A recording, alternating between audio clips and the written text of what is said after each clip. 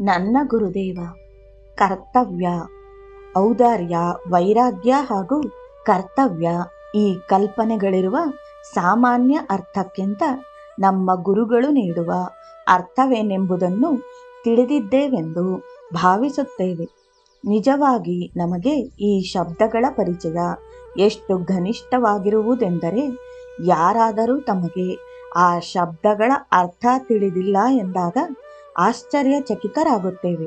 ಬಹಳಷ್ಟು ಜನರು ಈ ವಿಚಾರಗಳನ್ನು ಸಮಾಜ, ಧರ್ಮ ಹಾಗೂ ಕೆಲಸಲ ಆತ್ಮಸಾಕ್ಷಿಯ ಆಜ್ಞಾನುಸಾರ ವಿಚಾರಣೆಗೆ ತರುತ್ತಿರುವುದಾಗಿ ಭಾವಿಸುತ್ತಾರೆ.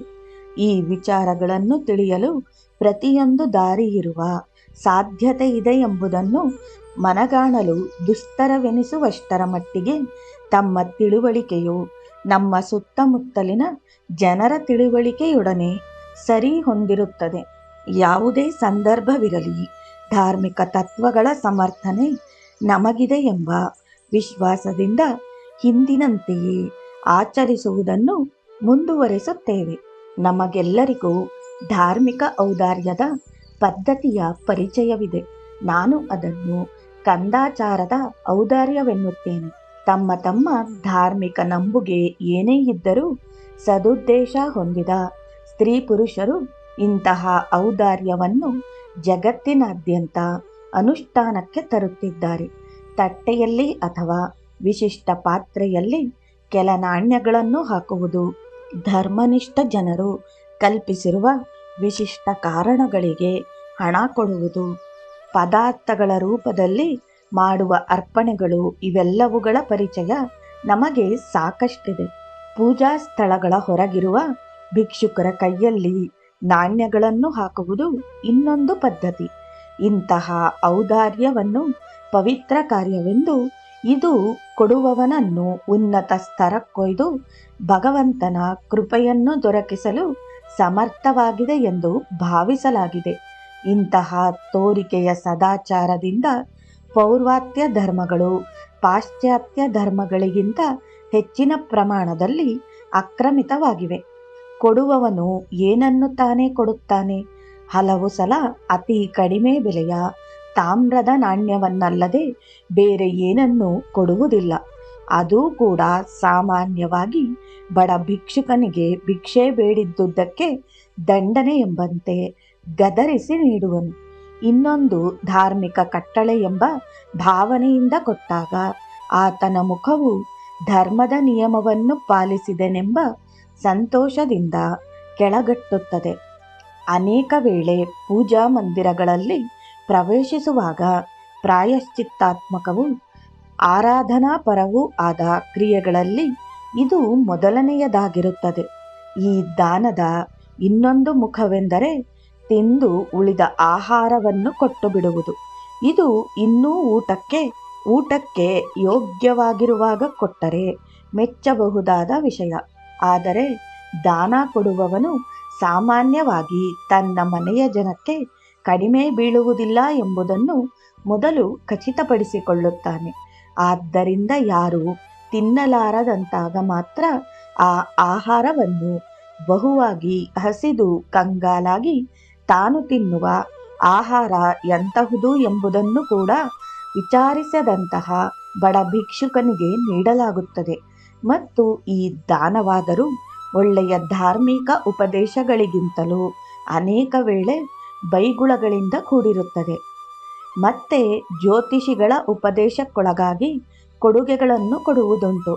ಇದು ಆಯಾ ಗ್ರಹಗಳು ತಂದೊಡ್ಡಿದ ಕಷ್ಟಗಳಿಗನುಸಾರವಾಗಿ ಬಹಳ ಬೆಲೆಯುಳ್ಳದ್ದಾಗಿರುವ ಸಂಭವವಿದೆ. ಇಂತಹ ಸಂದರ್ಭಗಳಲ್ಲಿ ಉಡುಗೆಗಳು ಆಭರಣ, ರೇಷ್ಮೆ, ಬೆಳ್ಳಿ ಪಾತ್ರೆ ಮುಂತಾದವುಗಳಾಗಿದ್ದು, ಅವುಗಳನ್ನು ನಿಜವಾಗಿ ಯೋಗ್ಯರಾದವರಿಗೆ ಕೊಡುವ ಬದಲಾಗಿ ಕುಟುಂಬಕ್ಕೆ ಸೇರಿದ ಬೇರೆ ವ್ಯಕ್ತಿಗಳಿಗೆ ಕೊಡಲಾಗುವುದು. ಈ ದಾನವು ಹಣ ವೆಚ್ಚ ಮಾಡಿಯೂ ಅದು ತನ್ನ ಕುಟುಂಬದಲ್ಲಿಯೇ ಉಳಿಯಬೇಕೆಂಬ ಉದ್ದೇಶದಿಂದ ಕೂಡಿರುತ್ತದೆ. ಇನ್ನು ಒಳ್ಳೆಯ ಶಬ್ದದ ಅಭಾವದಿಂದಾಗಿ ನಾವು ಊಟಾಟಿಕೆಯ ಚರಮಸೀಮೆ ಎಂದು ಕರೆಯಬಹುದಾದ ಇತರ ದೃಷ್ಟಾಂತಗಳೂ ಇವೆ. ಸನ್ಯಾಸದ ಪವಿತ್ರ ಸ್ಥಿತಿಯನ್ನು ಪ್ರವೇಶಿಸುವುದಕ್ಕೆ ಪೂರ್ವ ಸಿದ್ಧತೆ ಎಂದು ತನ್ನ ಎಲ್ಲ ಸಂಪತ್ತನ್ನು ಆಸ್ತಿಯನ್ನು ತ್ಯಾಗ ಮಾಡುವ ಅತ್ಯಂತ ಪುಣ್ಯ ಕಾರ್ಯವನ್ನು ಕೈಗೊಳ್ಳುತ್ತಿರುವ ವ್ಯಕ್ತಿಗಳಿಗೆ ಈ ಮಾತು ಅನ್ವಯಿಸುತ್ತದೆ. ಕೆಲವು ವಿರಳ ಸಂದರ್ಭಗಳಲ್ಲಿ ಜನರು ತಮ್ಮ ಸಂಪತ್ತನ್ನು ಅಗತ್ಯವುಳ್ಳವರಿಗೆ ಕೊಡುತ್ತಾರೆ. ಆದರೆ ಹೆಚ್ಚಾಗಿ ಇಂಥ ಜನರು ಕಾಷಾಯ ಧಾರಣಕ್ಕಿಂತ ಮೊದಲೇ ತಮ್ಮ ಬಂಧು ಬಳಗದವರ ಹೆಸರಿಗೆ ವರ್ಗಾಯಿಸಿರುತ್ತಾರೆ. ಇದು ಕೂಡ ಔದಾರ್ಯವೇ. ಬಹಳಷ್ಟು ಸನ್ಯಾಸಿಗಳು ಕಾಣಿಕೆ ಹಾಗೂ ದಾನಗಳನ್ನು ಸಂಪಾದಿಸಿ ತಮ್ಮ ಪೂರ್ವಾಶ್ರಮದ ಕುಟುಂಬಗಳಿಗೆ ಕಳುಹಿಸುತ್ತಾರೆ. ಇಂತಹ ಸಂದರ್ಭಗಳಲ್ಲಿ ಸನ್ಯಾಸಿಗಳು ತಮ್ಮ ಹಿಂದಿನ ಕೈಲಾಗದ ಗೃಹಸ್ಥಾಶ್ರಮಕ್ಕಿಂತ ಹೆಚ್ಚು ಸಂಪತ್ತನ್ನು ಒದಗಿಸಬಲ್ಲವರಾಗಿರುವುದು ವಿರಳವೂ ಅಲ್ಲ, ವಿಶೇಷವೂ ಅಲ್ಲ. ಈ ಉದಾಹರಣೆಗಳನ್ನು ನಾನು ಪ್ರಚಲಿತ ವಿಚಾರಗಳನ್ನು ಟೀಕಿಸಲು ಅಥವಾ ಅವುಗಳ ಆಚರಣೆಯನ್ನು ದೂಷಿಸಲು ಕೊಡುತ್ತಿಲ್ಲ. ಎಷ್ಟೆಂದರೂ ಜನರು ತಮಗೆ ಕಲಿಸಲಾದ ರೀತಿಯಲ್ಲಿಯೇ ವರ್ತಿಸಬಲ್ಲರು. ಅದರಲ್ಲಿಯೂ ಇಂತಹ ಪಾಠಗಳು ಧಾರ್ಮಿಕ ವಿಚಾರಗಳಿಂದಲೇ ಬಂದುವಾಗಿದ್ದು ಧರ್ಮರಕ್ಷಕರಾದ ಪುರೋಹಿತರಿಂದಲೇ. ಹೀಗೆ ಅರ್ಥೈಸಲ್ಪಟ್ಟಾಗ ಜನರು ಕುರುಡರಾಗಿ ಪಾಲಿಸುವ ವಿನ ಬೇರೇನೂ ಮಾಡಲಾರರು. ಪುರೋಹಿತ ವರ್ಗದಿಂದ ಅರ್ಥೈಸಲಾದ ಧಾರ್ಮಿಕ ಕಟ್ಟುಪಾಡುಗಳನ್ನು ಅಸಂಖ್ಯಾತರು ಅಂಧಶ್ರದ್ಧೆಯಿಂದ ಅನುಸರಿಸುವರಲ್ಲದೆ ಹೆಚ್ಚಿನದೇನನ್ನೂ ಅರಿಯರು. ಇಂಥ ಒತ್ತಾಯದ ಔದಾರ್ಯಗಳಿಗೆ ಮೂಢನಂಬಿಕೆ ಹಾಗೂ ಅದರಿಂದ ತುಂಬಿದ ಭಯವೇ ಮೂಲ ಕಾರಣ.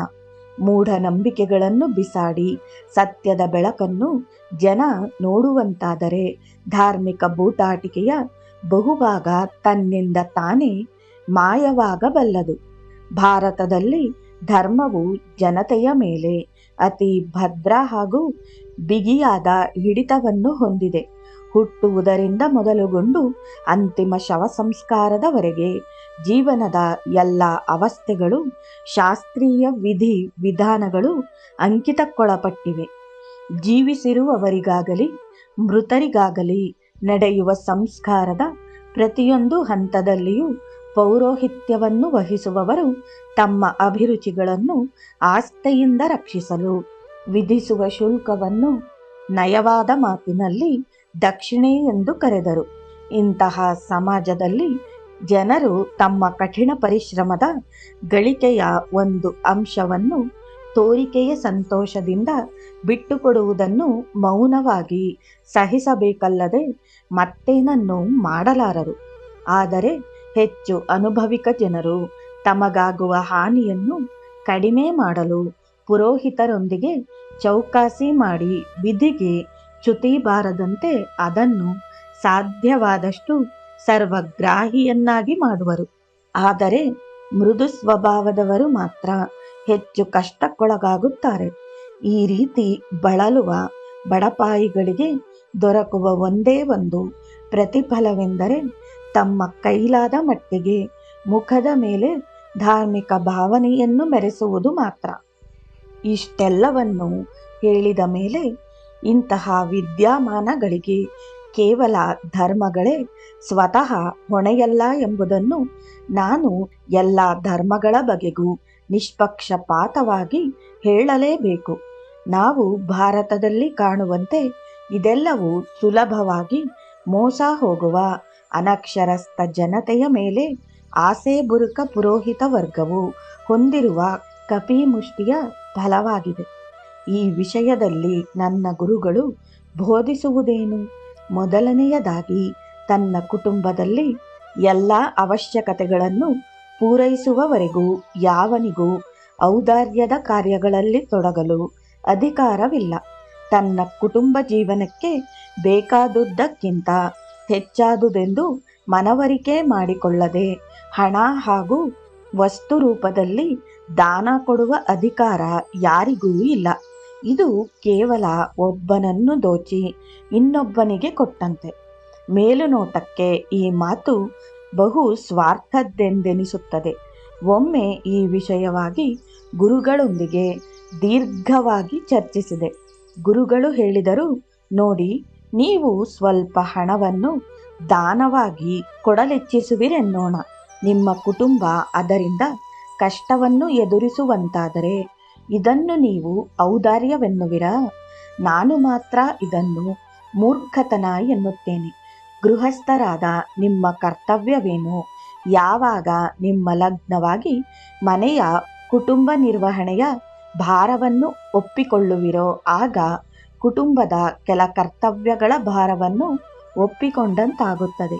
ಆ ಕರ್ತವ್ಯಗಳು ಅವಶ್ಯವಾಗಿ ಪಾಲಿಸಬೇಕಾದುವು. ಆದ್ದರಿಂದ ನಿಮ್ಮ ಕೊಡುಗೆಯು ಕುಟುಂಬದ ಬಳಲಿಕೆಗೆ ಕಾರಣವಾದರೆ ಅದು ಕೊಡುಗೆಯೂ ಅಲ್ಲ, ಔದಾರ್ಯವೂ ಅಲ್ಲ. ನೀವು ನಿಮ್ಮ ಕುಟುಂಬವನ್ನೇ ದೋಚುತ್ತಿರುವಿರಿ. ಇದು ನೋಡಿ, ಈ ದೋಚುವಿಕೆ ಔದಾರ್ಯ ಹೇಗಾಗಬಲ್ಲದು? ಆಗ ನಾನು ಒಂದು ವೇಳೆ ಕುಟುಂಬದ ಸದಸ್ಯರು ಸಮ್ಮತಿಸಿದರೆ ಇಂಥ ದಾನವು ಸಮರ್ಥನೀಯವೇ ಎಂದು ಕೇಳಿದೆ. ಅದಕ್ಕೆ ಗುರುಗಳು, ಇಲ್ಲ, ಇದು ಸರಿ ಎನಿಸುವುದಿಲ್ಲ. ಯಾವ ಹಿಂದೂ ಗೃಹಿಣಿಯು ತನ್ನ ಗಂಡನ ಇಚ್ಛೆಯನ್ನು ವಿರೋಧಿಸುವಳು? ಮತ್ತು ಧಾರ್ಮಿಕ ವಿಧಿಗಳ ಆಚರಣೆಯಲ್ಲಂತೂ ಅವರು ಎಂದೂ ವಿರೋಧಿಸುವುದಿಲ್ಲ. ಆಗ ನಿಮ್ಮ ಕರ್ತವ್ಯವೇನೆಂದು ನೀವೇ ನಿರ್ಣಯಿಸಿ ಅದರಂತೆ ಅನುಸರಿಸುವ ಹೊಣೆ ನಿಮ್ಮದೇ. ನೀವು ಈ ವಿಷಯಗಳ ಬಗೆಗೆ ಬೇರೆಯವರ ಅಭಿಪ್ರಾಯ ಕೇಳುವಿರಾದರೆ ನಿಮ್ಮ ಕರ್ತವ್ಯ ಭಾರವನ್ನು, ದೋಷವನ್ನು ಬೇರೆಯವರ ಮೇಲೆ ಹೊರಿಸಲು ಪ್ರಯತ್ನಿಸುವಿರಿ ಅಷ್ಟೇ. ನಾನು ಮೂರನೆಯ ಪ್ರಶ್ನೆ ಕೇಳಿದೆ. ಭಿಕ್ಷುಕರಿಗೆ ನೀಡುವ ಅಲ್ಪ ದಾನಗಳ ವಿಷಯದಲ್ಲಿ ನಿಮ್ಮ ಅಭಿಪ್ರಾಯವೇನು? ಗುರುಗಳು ವ್ಯಂಗ್ಯವಾಗಿ ನಕ್ಕು, ಅದನ್ನು ನೀವು ಔದಾರ್ಯವೆನ್ನುವಿರಾ ಎಂದರು. ಬಡವರಿಗೆ ಉಣಿಸುವುದು ಹಾಗೂ ನಿಮ್ಮ ಮಾನವ ಬಂಧುಗಳಿಗೆ ಹರಿದ ಬಟ್ಟೆಗಳನ್ನು ಕೊಡುವುದು ಔದಾರ್ಯವಲ್ಲ, ಅದು ನಿಮ್ಮ ಕರ್ತವ್ಯ. ಮಾನವನಾಗಿ ನಾವು ಕಷ್ಟದಲ್ಲಿರುವ ನಮ್ಮ ಬಂಧು ಭಗಿನಿಯರನ್ನು ನೋಡಿಕೊಳ್ಳುವುದು ನಮ್ಮ ಕರ್ತವ್ಯ. ಇದನ್ನು ಔದಾರ್ಯವೆಂದು ತಿಳಿಯುವುದು ನಾಚಿಕೆಗೇಡು. ಒಬ್ಬನಿಗೆ ದಾನ ಕೊಡುವ ಯೋಗ್ಯತೆ ಇಲ್ಲದಿರುವಾಗ ಯಾವ ರೂಪದಲ್ಲಿಯೇ ಆಗಲಿ ಕೊಡುವುದು ಅವನ ಹಕ್ಕಲ್ಲ. ಇದನ್ನು ಈ ಸಂಭಾಷಣೆ ತೀರಾ ಸ್ಪಷ್ಟಪಡಿಸಿತು. ಗುರುಗಳ ಈ ವಿವರಣೆಯು ಕರ್ತವ್ಯ ದೃಷ್ಟಿಯನ್ನಾಧರಿಸಿದೆ. ಬಡವರೇ ಅನೇಕ ವೇಳೆ ಶ್ರೀಮಂತರಿಗಿಂತ ಹೆಚ್ಚು ಔದಾರ್ಯ ತೋರಲು ಶಕ್ತರಾಗುವರೆಂಬುದು ವಿಪರ್ಯಾಸದ ಸಂಗತಿಯಾಗಿದೆ. ಸಾಮಾನ್ಯ ಪರಿಸ್ಥಿತಿಗಳಲ್ಲಿ ಮಾತ್ರವಲ್ಲದೆ ರಾಷ್ಟ್ರದ ವಿಪತ್ತು, ನೈಸರ್ಗಿಕ ವಿಪತ್ತು ಮುಂತಾದ ಸಂದರ್ಭಗಳಲ್ಲಿಯೂ ಬಡಜನರು ಮಾಡಿದ ತ್ಯಾಗವನ್ನು ಕಂಡಾಗ ಆಶ್ಚರ್ಯವಾಗುವುದು. ಅಗತ್ಯ ಹಾಗೂ ಇಚ್ಛೆ ಇವುಗಳಲ್ಲಿ ವ್ಯತ್ಯಾಸ ಕಲ್ಪಿಸುವ ಗುರುಗಳ ವಿವರಣೆಯು ಈ ವಿಸ್ಮಯಕರ ವೈಪರೀತ್ಯವನ್ನು ಸ್ಪಷ್ಟಪಡಿಸುತ್ತದೆ. ಅವು ಅನುಭವದಲ್ಲಿ ಗುರುಗಳು ಇಚ್ಛೆ ಎಂಬ ಶಬ್ದವನ್ನು ಎಂದೂ ಉಪಯೋಗಿಸಿಲ್ಲ, ಆದರೆ ಅಗತ್ಯಗಳು ಎಂಬ ಶಬ್ದದ ಬಳಕೆಗೆ ಅಂಟಿಕೊಂಡಿರುತ್ತಾರೆ. ಇದು ಈ ಎರಡೂ ಪದಗಳಲ್ಲಿ ಮೂಲಭೂತ ವ್ಯತ್ಯಾಸವಿದೆ ಎಂಬುದನ್ನು ದೃಢಪಡಿಸುತ್ತದೆ. ಅಗತ್ಯಗಳು ಜೀವನಕ್ಕೆ ಮೂಲಭೂತವಾದವುಗಳಾದರೆ ಇಚ್ಛೆಗಳು ನಮ್ಮ ಬಯಕೆಯಿಂದ ಹುಟ್ಟಿದವುಗಳಾಗಿ ಒಂದಿಲ್ಲ ಒಂದು ರೀತಿಯಿಂದ ನಮ್ಮ ಬದುಕಿಗೆ ಅನಾವಶ್ಯಕವಾಗಿವೆ. ಈ ಕಾರಣದಿಂದಲೇ ಬಡವರಿಗೆ ಔದಾರ್ಯವನ್ನು ತೋರಿಸಲು ಶಕ್ಯವಿದೆ, ಏಕೆಂದರೆ ಅವರ ಅಗತ್ಯಗಳು ತೀರಾ ಕಡಿಮೆಯಾಗಿದ್ದು ಅವರ ಜೀವನವು ಸರಳವಾಗಿ ನಿಸರ್ಗದೊಂದಿಗೆ ಸಮರಸವಾಗಿದೆ. ಆದ್ದರಿಂದ ಅವರ ಆದಾಯ ಎಷ್ಟೇ ಕಡಿಮೆ ಇದ್ದರೂ, ಜೀವನ ಮಟ್ಟ ಎಷ್ಟೇ ಕೆಳದರ್ಜೆಯದಿದ್ದರೂ ಅವರು ಪ್ರತಿ ಸಂದರ್ಭದಲ್ಲಿಯೂ ತಮ್ಮ ಜೀವನ ವೆಚ್ಚದಲ್ಲಿ ಹೆಚ್ಚಾದ ಸ್ವಲ್ಪ ಭಾಗವನ್ನು ಹೆಕ್ಕಿ ತೆಗೆದು ತಮ್ಮ ಬಂಧುಗಳ ದುಃಖ ಶಮನಾರ್ಥವಾಗಿ ತುಂಬಿದ ಹೃದಯದಿಂದ ಕೊಡಲು ಸಾಧ್ಯವಾಗುವುದು ಎಂದೆನಿಸುತ್ತದೆ. ಶ್ರೀಮಂತರ ವಿಷಯದಲ್ಲಾದರೂ ಕೃತ್ರಿಮವಾಗಿ ಕರೆಯಲ್ಪಡುವ ಉನ್ನತ ಸ್ತರದ ಜೀವನದ ಭಾರಕ್ಕೊಳಗಾಗಿ ಅವರು ಅತಿಯಾದ ಭೋಗೇಚ್ಛೆಗಳನ್ನು ಹೊಂದಿದ್ದು ಅನಾವಶ್ಯಕ ವಸ್ತುಗಳ ಸಂಗ್ರಹಣೆಯಲ್ಲಿ ತಮ್ಮ ಆದಾಯದ ಮಟ್ಟ ಏನೇ ಆಗಿದ್ದರೂ ಹೊಸ ಹೊಸ ಇಚ್ಛೆಗಳಿಂದ ನಿರ್ಮಾಣಗೊಂಡ ವೆಚ್ಚಗಳ ಪೂರೈಕೆಗಾಗಿ ಇನ್ನೂ ಹೆಚ್ಚು ಹಣದ ಅಗತ್ಯ ಹೊಂದಿರುತ್ತಾರೆ. ಇದು ನಿರಂತರ ಸಾಗಿಯೇ ಇರುತ್ತದೆ. ಇದು ಸಾಕಷ್ಟು ಮುಂದುವರಿದಾಗ ಕೆಲ ಶ್ರೀಮಂತರು ಹಲವು ಸಲ ಇದು ಅಪರಾಧವೆಂಬ ಮನೋಭಾವನೆಯನ್ನು ತಳೆದು ಹೇರಳ ಹಣವನ್ನು ದಾನ ರೂಪದಲ್ಲಿ ಕೊಡುವುದು ಅಸಾಮಾನ್ಯವೇನಲ್ಲ. ಆದರೆ ಅವರ ಬುದ್ಧಿಯು ಎಷ್ಟು ಮಂಕಾಗಿರುತ್ತದೆಂದರೆ ಅನೇಕ ವೇಳೆ ಅವರ ಹಣವು ಮಂದಿರದ ರಚನೆಯಂಥ ಕೇವಲ ಮನಸ್ಸಮಾಧಾನದ ಕಾರ್ಯಗಳಲ್ಲಿ ವ್ಯಯವಾಗುವುದೇ ಹೊರತು ಅದರಿಂದ ಮಾನವ ಜನಾಂಗದ ಬಡ ಸಮಾಜವು ಒಳ್ಳೆಯ ಜೀವನ ನಡೆಸುವಂತೆ ಸ್ವಲ್ಪವೂ ಸಹಾಯವಾಗುವುದಿಲ್ಲ. ಇಂತಹ ಜನರು ಹಲವು ಸಲ ತಮಗೆ ತಾವು ಔದಾರ್ಯವೆಂದು ತಿಳಿದುಕೊಂಡ ಇಂತಹ ಕಾರ್ಯಗಳಲ್ಲಿ ಹೇರಳ ಹಣವನ್ನು ಅಪವ್ಯಯ ಮಾಡುತ್ತಾರೆ. ಅವರು ತಮ್ಮ ಬಾಗಿಲಿಗೆ ಬಂದ ಭಿಕ್ಷುಕನಿಗೆ ಏನನ್ನೂ ನೀಡದೆ ತಿರುಗಿ ಕಳಿಸುವುದು ತೀರಾ ಸಾಮಾನ್ಯ. ಆದರೆ ಪುರೋಹಿತರ ಸಲಹೆಯಂತೆ ಕೆಲ ಸಂದರ್ಭಗಳಲ್ಲಿ ತಮ್ಮ ಅಲ್ಪ ಸಂಪತ್ತನ್ನು ತಮ್ಮ ಕುಲದೇವತೆಯನ್ನು ಸಂತೈಸಲು ಒಂದೇ ಸಲಕ್ಕೆ ವ್ಯಯ ಮಾಡಲು ಸಿದ್ಧರಾಗಿರುತ್ತಾರೆ. ಇಂತಹ ವ್ಯಕ್ತಿಗಳಲ್ಲಿ ಸನ್ಮಾರ್ಗಕ್ಕೆ ಕೊಂಡೊಯ್ಯುವ ಆಂತರಿಕ ಪರಿವರ್ತನೆ ತೀರಾ ವಿರಳವಾಗಿ ಕಂಡುಬರುತ್ತದೆ.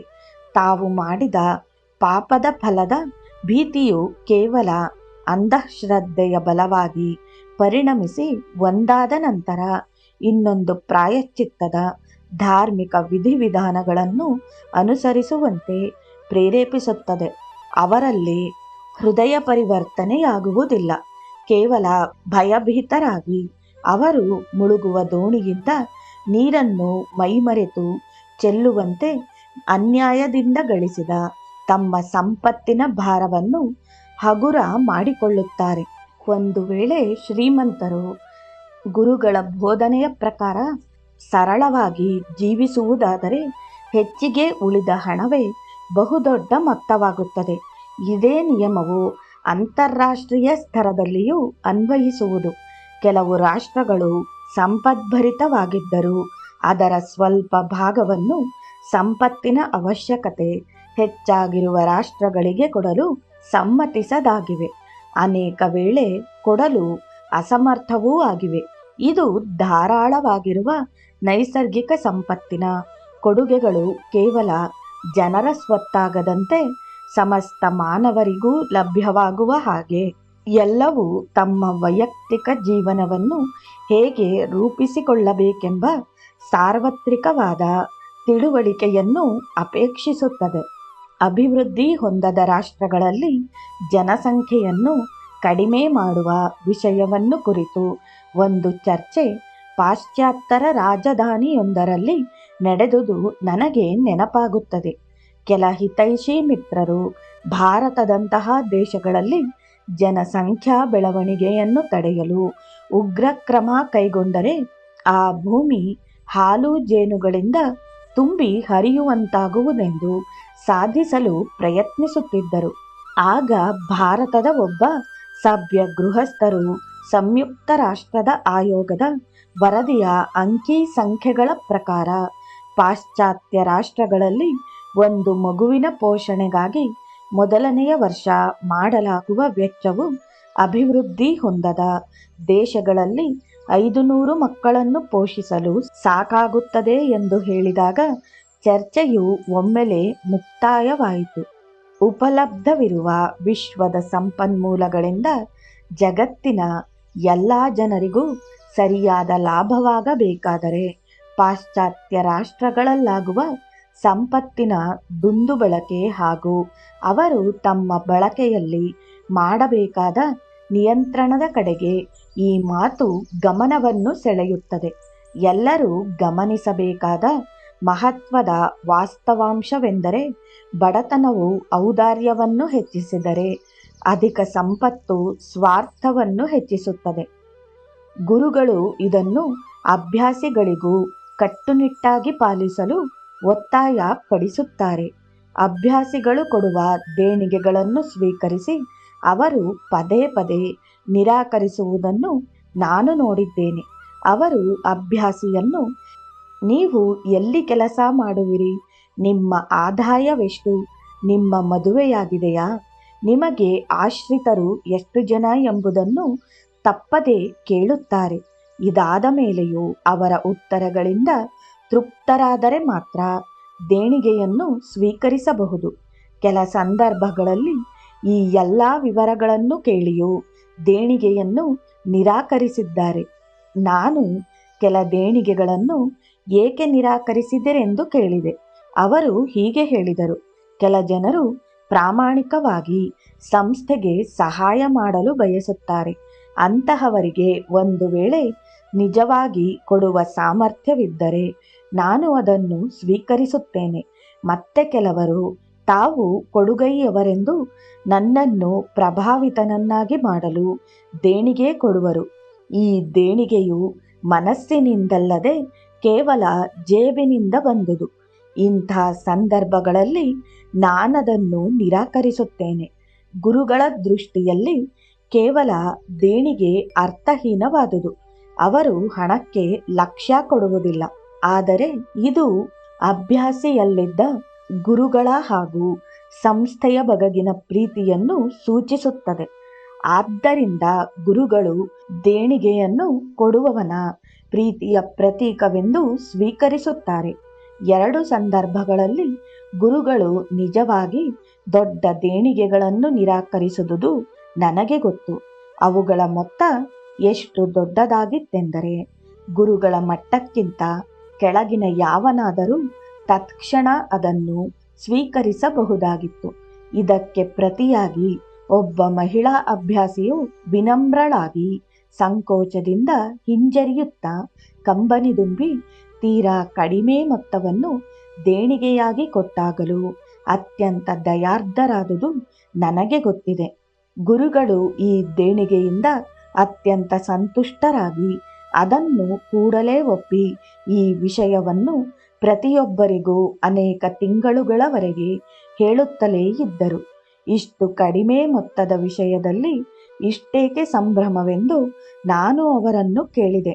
ಗುರುಗಳು ಹೀಗೆ ಹೇಳಿದರು: ಒಂದು ವೇಳೆ ಬಿರ್ಲಾ ನನಗೆ ಕೋಟಿ ರೂಪಾಯಿ ಕೊಟ್ಟಿದ್ದರೂ ಅದು ಆತನಿಗೆ ಏನೂ ಅಲ್ಲ. ಏಕೆಂದರೆ ಇದು ಅವರ ಸಂಪತ್ತಿನ ಒಂದು ಕನಿಷ್ಠ ಅಂಶ ಮಾತ್ರ. ಆದರೆ ಈ ಅಭ್ಯಾಸಿ ಕೊಟ್ಟ ಹಣ ಅತ್ಯಲ್ಪವಾದರೂ ಅನೇಕ ತಿಂಗಳುಗಳಿಂದ ಕಷ್ಟಪಟ್ಟು ಕೂಡಿಟ್ಟ ಪೂರ್ಣ ಉಳಿಕೆಯಾಗಿದೆ. ಇಲ್ಲಿ ನೀವು ಇದರ ಹಿಂದಿರುವ ಪ್ರೀತಿ ಹಾಗೂ ತ್ಯಾಗದ ಮಟ್ಟವನ್ನು ನೋಡುವಿರಲ್ಲವೇ? ಆದ್ದರಿಂದ ಇದು ನನಗೆ ಬಹಳ ಬೆಲೆಯುಳ್ಳದ್ದು. ಒಮ್ಮೆ ಶಹಜಹಾನ್ಪುರದಲ್ಲಿ ಗುರುಗಳನ್ನು ಕಾಣಲು 70 ವರ್ಷ ವಯಸ್ಸಿನ ಮುದುಕರೊಬ್ಬರು ಬಂದಿದ್ದರು. ಅವರು ಬಹಳ ಚಟುವಟಿಕೆಯುಳ್ಳವರಾಗಿದ್ದು ಸೊಗಸಾದ ಉಡುಪನ್ನು ಧರಿಸಿ ತಲೆಗೆ ದೊಡ್ಡ ರುಮಾಲು ಸುತ್ತಿದ್ದರು. ಗುರುಗಳು ಆತನನ್ನು ಕಂಡು ಆತನಿಗೆ ಸ್ವಲ್ಪ ಸಮಯ ವಿನಿಯೋಗಿಸಲು ಒಪ್ಪಿದರು. ಗುರುಗಳೇ ಸಂಭಾಷಣೆಯನ್ನು ಪ್ರಾರಂಭಿಸಿ ಆತನ ಊರು ಹಾಗೂ ವೃತ್ತಿಯ ಬಗೆಗೆ ಕೇಳಿದರು. ಆತ ತಾನು ಸಮೀಪದ ಒಂದು ಪಟ್ಟಣದಿಂದ ಬಂದುದಾಗಿಯೂ ತಾನೊಬ್ಬ ಸಮಾಜ ಸೇವಕನೆಂದು ಉತ್ತರಿಸಿದ. ಗುರುಗಳು, ಹೇಗೋ ನೀವು ಸಮಾಜ ಸೇವಕರೆಂದು ತಿಳಿದು ಸಂತೋಷವಾಯಿತು. ಇದು ನಮ್ಮ ದೇಶಕ್ಕೆ ಅಗತ್ಯವಾದುದು. ನಿಜವಾಗಿ ನಿಮ್ಮ ಕೆಲಸ ಎಂತಹುದು ಎಂದು ಕೇಳಿದರು. ಈ ಪ್ರಕ್ರಿಯೆಯಿಂದ ಮುದುಕನಿಗೆ ತೃಪ್ತಿ ಎನಿಸಿತು. ಆತ ಹಳ್ಳಿಗಳಲ್ಲಿ ಸಭೆಗಳನ್ನೇರ್ಪಡಿಸಿ ಅಗತ್ಯವಿದ್ದವರಿಗೆ ಬಟ್ಟೆ ಹಂಚುವುದು ಮತ್ತು ಬಡಬಗ್ಗರಿಗೆ ಆಹಾರ ಒದಗಿಸುವುದು ತನ್ನ ಕೆಲಸವೆಂಬುದಾಗಿ ತಿಳಿಸಿದಳು. ಗುರುಗಳು ಹೇಳಿದರು: ಓ, ನೀವು ಇದನ್ನು ಸಮಾಜ ಸೇವೆ ಎನ್ನುವಿರಾ? ಇದು ಸರಿಯಲ್ಲ. ಮಾನವನಾದುದಕ್ಕೆ ಹಸಿದವರಿಗೆ ಆಹಾರ, ಬಟ್ಟೆ ಇಲ್ಲದವರಿಗೆ ಬಟ್ಟೆ ಕೊಡುವುದು ನಿಮ್ಮ ಕರ್ತವ್ಯ. ಇದನ್ನು ನೀವು ಸಮಾಜ ಸೇವೆ ಎನ್ನುವುದು ದುರ್ದೈವದ ಸಂಗತಿ. ಇದು ನಿಜವಾದ ಸಮಾಜ ಸೇವೆಯಲ್ಲ. ನೀವು ನಿಮ್ಮ ಬಂಧು ಭಗಿನಿಯರ ಜೀವನದ ಗುರಿಯಾದ ಸಾಕ್ಷಾತ್ಕಾರಕ್ಕೆ ಸಹಾಯ ಮಾಡುವಿರಾದರೆ ಅದನ್ನು ಸಮಾಜ ಸೇವೆ ಎಂದು ಕರೆಯಬಹುದು. ಆ ವ್ಯಕ್ತಿ ಹೋದ ನಂತರ ಗುರುಗಳು ನನಗೆ ಹೇಳಿದರು: ನೋಡಿ, ನಮ್ಮ ಮೌಲ್ಯಗಳು ಎಷ್ಟು ಕೆಳಮಟ್ಟಕ್ಕಿಳಿದಿವೆ. ಆಧ್ಯಾತ್ಮಿಕ ಮೌಲ್ಯಗಳು ಹಾಗೂ ಅತಿಥಿ ಸತ್ಕಾರಗಳಿಗೆ ನಮ್ಮ ದೇಶ ಎಂದಿನಿಂದಲೂ ಹೆಸರುವಾಸಿಯಾಗಿದೆ. ಆದರೆ ನಾವು ಈಗ ಹೀಗಾಗಿದ್ದೇವೆ. ಆದಾಗ್ಯೂ ನಾನೆನ್ನುತ್ತೇನೆ, ಇಂದಿಗೂ ಭಾರತದಲ್ಲಿರುವಷ್ಟು ಅತಿಥಿ ಸತ್ಕಾರವನ್ನು ಬೇರೆಲ್ಲೂ ನೀವು ನೋಡಲಾರಿರಿ. ಲಾಲಾಜಿಯವರ ಕೃಪೆಯಿಂದ ಭಾರತವು ಮತ್ತೆ ಆಧ್ಯಾತ್ಮಿಕತೆಯ ಉನ್ನತಿಗೇರಿ ಇಡೀ ಮಾನವ ಜನಾಂಗಕ್ಕೆ ಮಾರ್ಗದರ್ಶನ ಮಾಡುವುದು. ಗುರುಗಳು ತಮ್ಮ ಪರಿವಾರದಲ್ಲಿ ತಮ್ಮ ಈ ತತ್ವಗಳನ್ನು ಅಕ್ಷರಶಃ ಪಾಲಿಸುವುದನ್ನು ಕಾಣಬಹುದು. ಅವರು ತಮ್ಮ ನಿಯಮಗಳನ್ನು ತಾವೇ ಹೇಗೆ ತಪ್ಪದೇ ಪಾಲಿಸುತ್ತಾರೆಂಬುದನ್ನು ನೋಡುವುದೇ ಒಂದು ಶಿಕ್ಷಣವೆಂಬಂತಿದೆ. ತಮ್ಮನ್ನು ಕಾಣಲು ಬಂದವರಿಗೆ ಅವರು ಒದಗಿಸುವ ವಾಸಸ್ಥಳವು ಸಾದಾ ಆಗಿದ್ದರೂ ಹಿತಕರವಾಗಿರುತ್ತದೆ. ಸುಖಭೋಗಗಳನ್ನು ಕಲ್ಪಿಸಲಾಗುವುದಿಲ್ಲ. ಅದೇ ರೀತಿ ಅವರಿಗೆ ಒದಗಿಸಲಾಗುವ ಆಹಾರವು ರುಚಿಕರ ಹಾಗೂ ಪೋಷಕವಾಗಿದ್ದರೂ ತೀರಾ ಸಾದಾ ಆಗಿರುತ್ತದೆ. ಅದರಲ್ಲಿ ಆಡಂಬರಕ್ಕಾಗಲಿ, ಆಕರ್ಷಕ ವೈವಿಧ್ಯಕ್ಕಾಗಲಿ, ಜಿಹ್ವ ಚಾಪಲ್ಯಕ್ಕಾಗಲಿ ಅವಕಾಶವಿಲ್ಲ. ಇದು ನಿಸರ್ಗದ ಸೇವಾ ವಿಧಾನಕ್ಕೆ ಸಮೀಪವರ್ತಿಯಾದುದೆಂದು ನಾನು ಕಂಡಿದ್ದೇನೆ. ಇಂತಹ ಆಹಾರವು ನಮಗೆ ಬೇಕಾದ ಪೋಷಣೆಯನ್ನು ಒದಗಿಸಿ ಆಸೆ ಬುರುಕತನ ಹಾಗೂ ಅತಿ ಸೇವನೆಯನ್ನು ತಡೆಯುವುದು. ರುಚಿಯು ಕೃತ್ರಿಮವಾಗಿ ಹುಟ್ಟಿಸಿಕೊಂಡ ರುಚಿಯು ಆಸೆಯನ್ನು ಮಾತ್ರ ಹುಟ್ಟಿಸಿ ಸ್ವಾಭಾವಿಕ ಜೀವನಕ್ಕೆ ದಾರಿ ಮಾಡಿಕೊಡುವುದು. ದೇಹವು ಆರೋಗ್ಯದಿಂದಿರಲು ತಕ್ಕಷ್ಟನ್ನು ಮಾತ್ರ, ಅದಕ್ಕಿಂತ ಹೆಚ್ಚಲ್ಲ ತೆಗೆದುಕೊಂಡು ನಿಸರ್ಗವು ಬಯಸಿದಂತೆ ನಾವು ಜೀವಿಸಿರಲು ಸಾದಾ ಆಹಾರವು ಸಹಾಯ ಮಾಡುವುದು. ಇದು ನೇರವಾದ ಉದಾಹರಣೆಯಿಂದ ಗುರುಗಳು ನಮಗೆ ಹೇಳಿಕೊಡುವ ಅತ್ಯಮೂಲ್ಯವಾದ ಪಾಠ. ಶಹಜಹಾನ್ಪುರದಲ್ಲಿ ಒಂದು ದಿನ ಊಟದ ಸಮಯದಲ್ಲಿ ಒಬ್ಬ ಅಭ್ಯಾಸಿಯು ಆಹಾರದ ಬಗೆಗೂ ವಿಶೇಷವಾಗಿ ನಿತ್ಯವೂ ಒಂದೇ ಬಗೆಯ ಆಹಾರ ಪದಾರ್ಥಗಳ ತಯಾರಿಕೆಯ ಬಗೆಗೂ ಟೀಕಿಸಿದನು. ಆತನ ಈ ಟೀಕೆಯು ಮುಚ್ಚುಮರೆಯಿಲ್ಲದ್ದಾಗಿತ್ತು. ದಿನನಿತ್ಯದ ಅಡುಗೆಯಲ್ಲಿ ವೈವಿಧ್ಯತೆಯನ್ನು ತರಬೇಕೆಂದು ತಾನು ಬಯಸುವುದಾಗಿಯೂ, ಆಹಾರವು ಹೆಚ್ಚು ರುಚಿಕರವಾಗಿರುವಂತೆಯೂ, ಹಸಿವನ್ನು ಹೆಚ್ಚಿಸುವಂತಹದ್ದಿರುವಂತೆಯೂ ಏಕೆ ಮಾಡಲಾಗುವುದಿಲ್ಲವೆಂದು ವಿಸ್ಮಯಗೊಂಡಿರುವುದಾಗಿ ಹೇಳಿದನು. ಊಟದ ನಂತರ ನಾವೆಲ್ಲರೂ ಹೊರಗೆ ಬಂದು ಪಡಸಾಲೆಯಲ್ಲಿ ಆರಾಮ ಕುರ್ಚಿಯಲ್ಲಿ ಕುಳಿತ ಗುರುಗಳ ಬಳಿಗೆ ಹೋದೆವು. ಬಹುಶಃ ಅವರು ಅಭ್ಯಾಸಿ ಹೇಳುವುದನ್ನು ಕೇಳಿರಲಿಕ್ಕಿಲ್ಲ.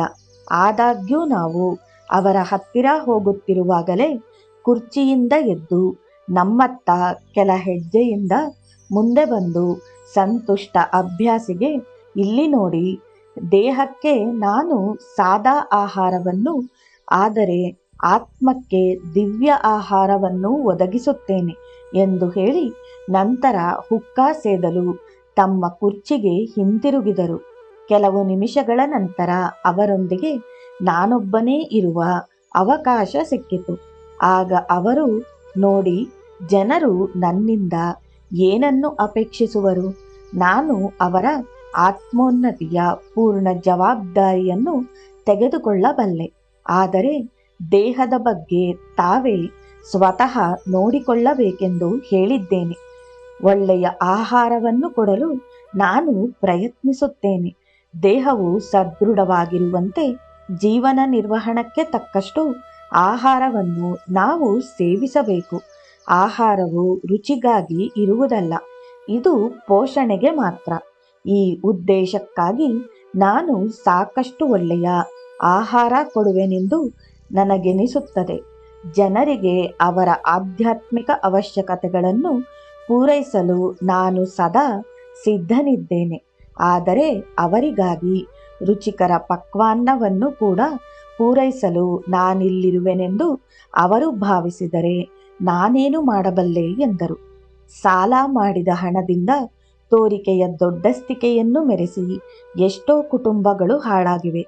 ಅಹಂಕಾರವೇ ಇಂತಹ ವರ್ಣನೆಗೆ ಕಾರಣ. ನಮ್ಮ ಸುತ್ತಲಿನ ಜನರಲ್ಲಿ ಕೇವಲ ನಮ್ಮ ಪ್ರಭಾವವನ್ನು ಬೀರಲು ನಾವು ನಮ್ಮ ಆದಾಯವನ್ನು ಮೀರಿ ಆದರಾತಿಥ್ಯ ಮಾಡುತ್ತಾ ಜೀವಿಸುತ್ತೇವೆ. ಈ ರೀತಿ ಕೊಂಡ ಸದಾಭಿಪ್ರಾಯಗಳು ಬಹಳ ವೆಚ್ಚದ್ದುವಾಗಿದ್ದು ಕೊನೆಗೆ ನಾವು ತೀರಾ ಕಷ್ಟಪಡಬೇಕಾಗುವುದು. ನಿಜವಾದ ಸತ್ಯ ಶೋಧಕರು ಇಂತಹ ತೋರಿಕೆಯ ವರ್ತನೆಯಲ್ಲಿ ತೊಡಗಲಾರರು. ಗುರುಗಳನ್ನು ಆದರ್ಶವಾಗಿಟ್ಟುಕೊಂಡು ಅವರು ಜೀವಿಸುವಂತೆ ನಮ್ಮ ಜೀವನವನ್ನು ರೂಪಿಸಿಕೊಳ್ಳಬೇಕು. 1945ರಲ್ಲಿ ಮಿಷನ್ನು ಸ್ಥಾಪಿತವಾದಾಗಿನಿಂದಲೂ ಶಹಜಹಾನ್ಪುರಕ್ಕೆ ಏಕಪ್ರಕಾರವಾಗಿ ಜನರು ಬರುತ್ತಲೇ ಇದ್ದಾರೆ. ಪ್ರಾರಂಭದಲ್ಲಿ ಇದು ಕೇವಲ ಹನಿಯಾಗಿತ್ತು. ಈಗ ಮಿಷನ್ನಿನ ಬೆಳವಣಿಗೆ ಹಾಗೂ ವಿಸ್ತಾರಗಳಿಂದ ಈ ಹನಿ ಮಹಾಪೂರವಾಗಿದೆ. ಆದರೂ ಇಷ್ಟು ದಿನಗಳವರೆಗೂ ಗುರುಗಳು ತಮ್ಮ ಸ್ವಂತ ಆದಾಯದಿಂದಲೇ ಅತಿಥಿಗಳನ್ನು ಸತ್ಕರಿಸುತ್ತಾ ಬಂದಿದ್ದಾರೆ.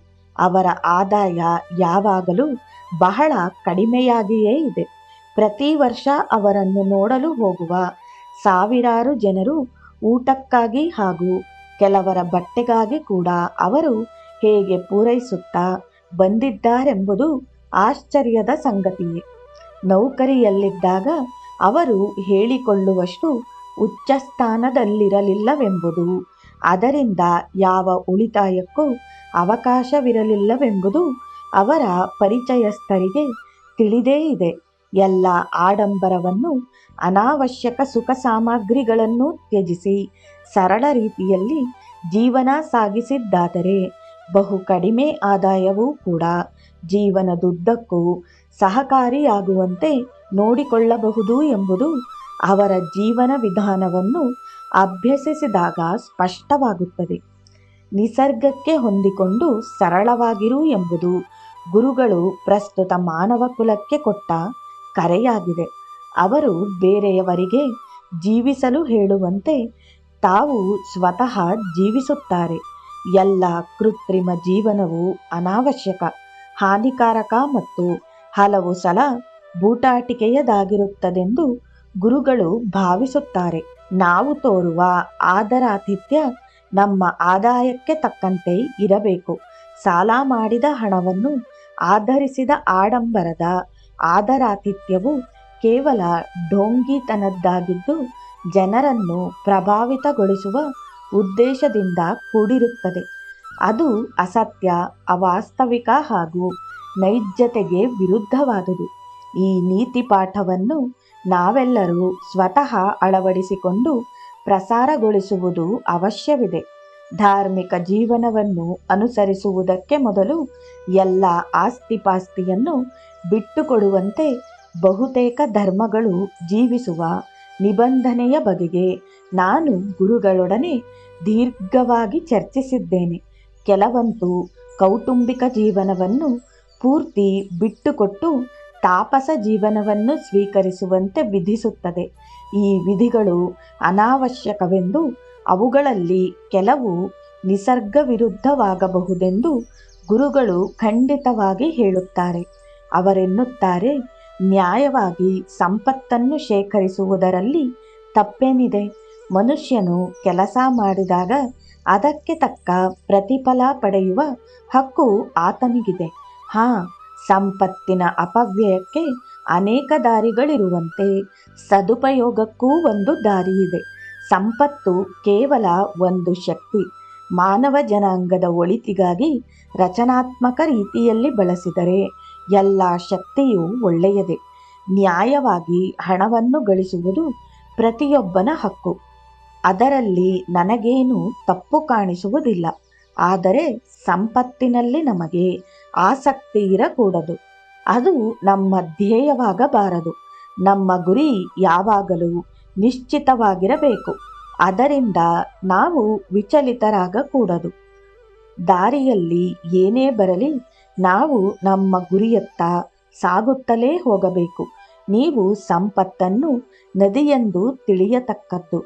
ಅದರೊಳಗಿಂದ ನಿಮಗೆ ಬೇಕಾದಷ್ಟನ್ನು ತೆಗೆದುಕೊಂಡು ಉಳಿದದ್ದನ್ನು ನಿಮ್ಮ ಬಂಧು ಭಗಿನಿಯರ ಒಳಿತಿಗಾಗಿ ಉಪಯೋಗಿಸಿರಿ. ಇದೇ ಸರಿಯಾದ ದಾರಿ. ಈಗ ನೋಡಿ, ಕುಟುಂಬ ಮತ್ತು ಮಕ್ಕಳನ್ನು ಬಿಟ್ಟು ನೀವು ಅಡವಿಗಾಗಲಿ ಹಿಮಾಲಯಕ್ಕಾಗಲಿ ಓಡಿ ಹೋಗಲು ಹೇಳುತ್ತಾರೆ. ಇದರಿಂದ ಏನು ಪ್ರಯೋಜನ? ಅದನ್ನು ಮಾಡುವುದು ಸುಲಭವಲ್ಲ. ಅದು ನಿಸರ್ಗಕ್ಕೆ ವ್ಯತಿರಿಕ್ತವಾದುದು. ಕರ್ತವ್ಯ ಮತ್ತು ಹೊಣೆಗಳಿಂದ ದೂರ ಓಡಿ ಹೋಗುವುದು ಹೇಡಿತನ. ಅಡವಿಯಲ್ಲಿದ್ದಾಗ ನಿಮ್ಮ ವಿಚಾರಗಳು ನಿಮ್ಮ ಮನೆ ಮತ್ತು ಕುಟುಂಬದವರ ಬಗೆಗೆ ಇರುವುವು. ಇಂತಹ ಪರಿಸ್ಥಿತಿಯಲ್ಲಿ ನೀವು ತಪಸ್ಸು ಮಾಡಲು ಹೇಗೆ ಸಾಧ್ಯ? ಹಾಗಾದರೆ ಸರಿಯಾದ ದಾರಿ ಯಾವುದು?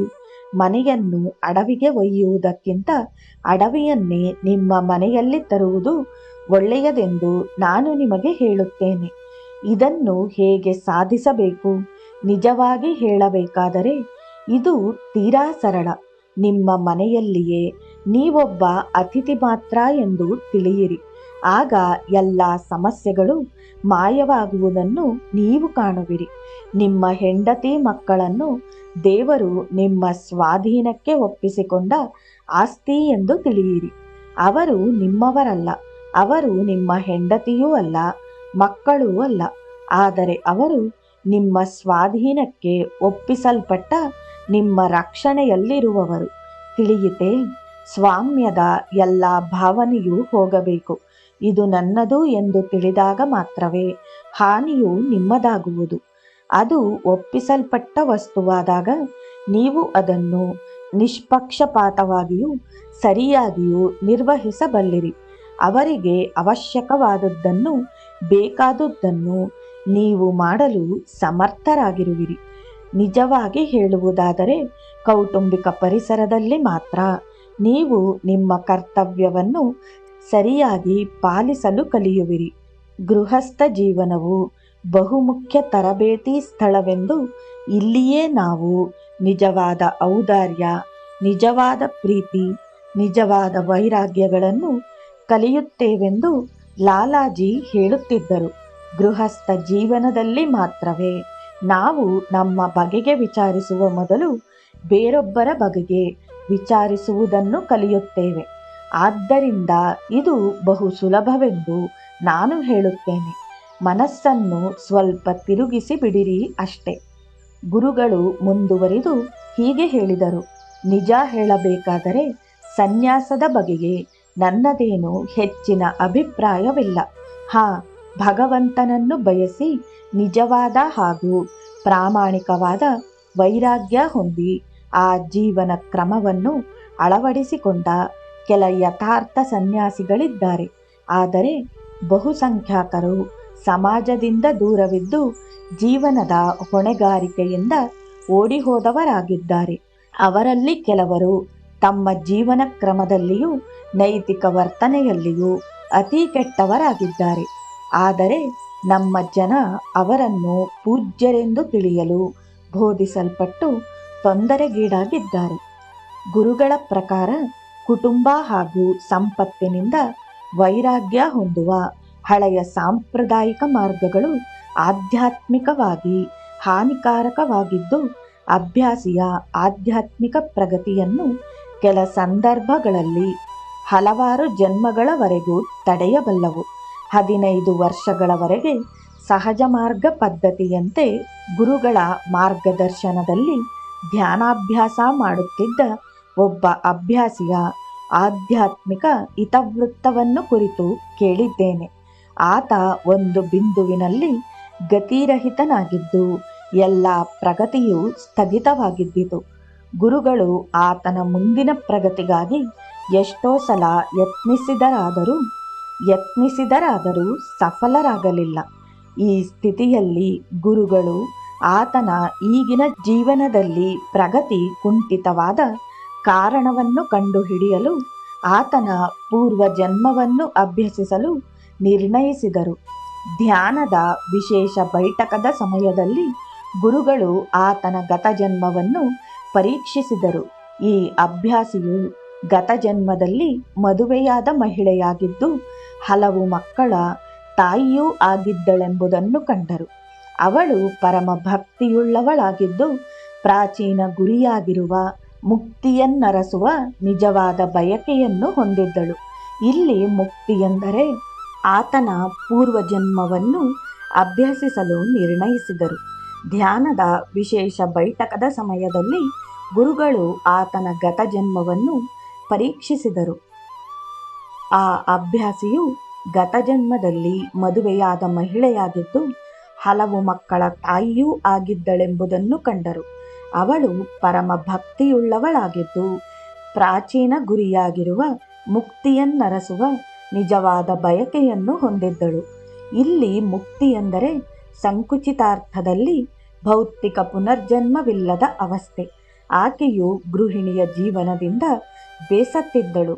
ಸನ್ಯಾಸವನ್ನು ಸ್ವೀಕರಿಸುವ ಇಚ್ಛೆಯಿಂದ ಒಂದು ದಿನ ಆಕೆ ಯಾರಿಗೂ ತಿಳಿಯದಂತೆ ಮನೆಯಿಂದ ಮಕ್ಕಳೊಡನೆ ಅಡವಿಗೆ ಹೋದಳು. ಅಲ್ಲಿ ಒಂದು ನದಿಯ ದಂಡೆಯ ಮೇಲೆ ಮಕ್ಕಳನ್ನು ಬಿಟ್ಟು ಓಡಿ ಹೋದಳು. ಇದರಿಂದ ಅಂಜಿದ ಮಕ್ಕಳು ಭಯದಿಂದ ಗೂಳಿಡಲು ಪ್ರಾರಂಭಿಸಿದವು.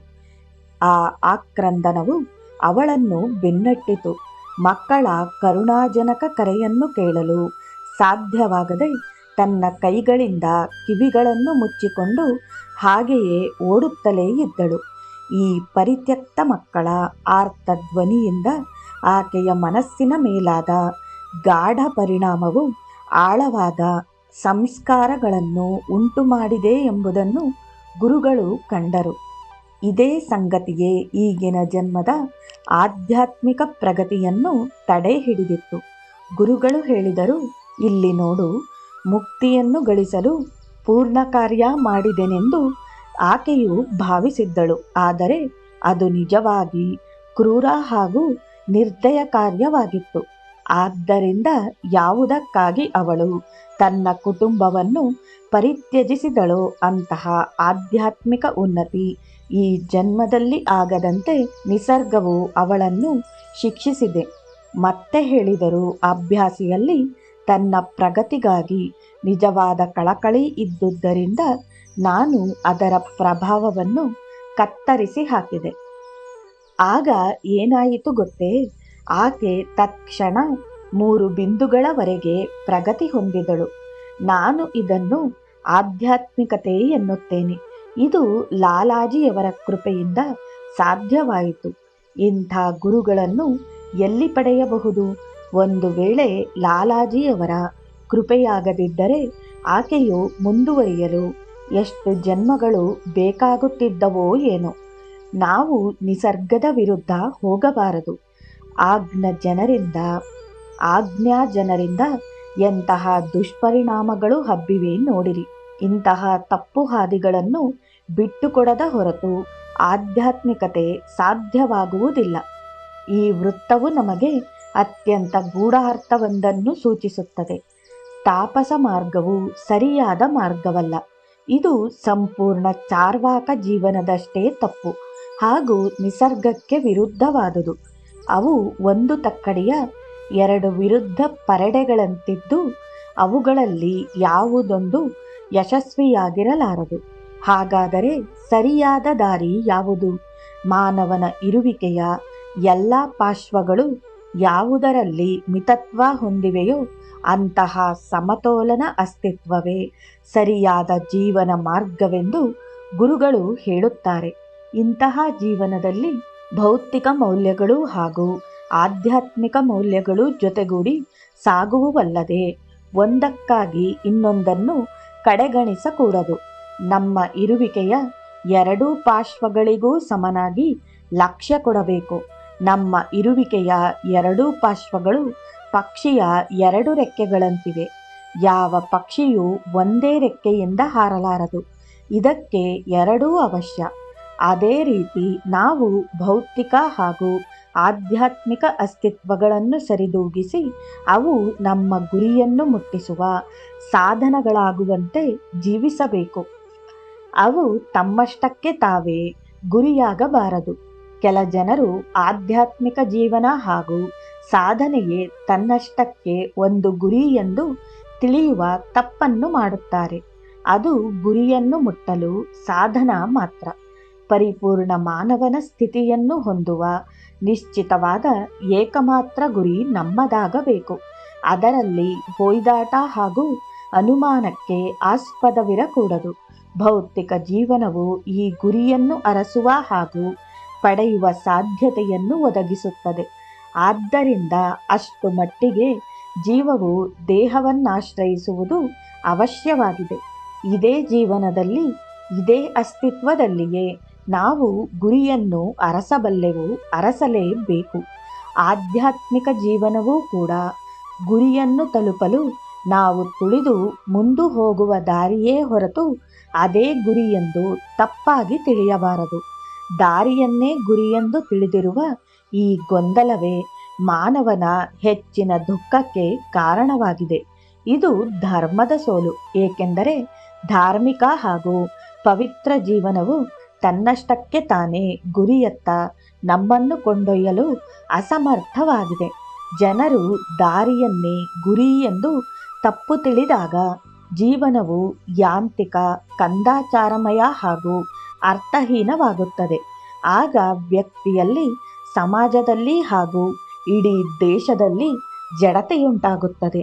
ನಮ್ಮ ಜೀವನದ ಎರಡೂ ಪಾರ್ಶ್ವಗಳು, ಭೌತಿಕ ಹಾಗೂ ಧಾರ್ಮಿಕ ಪಾರ್ಶ್ವಗಳು, ನಮ್ಮ ಆಧ್ಯಾತ್ಮಿಕ ಗುರಿಯನ್ನು ತಲುಪಲು ಅವಶ್ಯವಿದ್ದು ಅವು ಎಷ್ಟು ಮಟ್ಟಿಗೆ ಸಮಸ್ಥಿತಿ ಹಾಗೂ ಕ್ರಮಬದ್ಧತೆಗೆ ತರಲ್ಪಡಬಲ್ಲವೋ ಅದು ನಮ್ಮ ಯಶಸ್ಸಿನ ಮಟ್ಟವನ್ನು ನಿರ್ಧರಿಸುವುದು.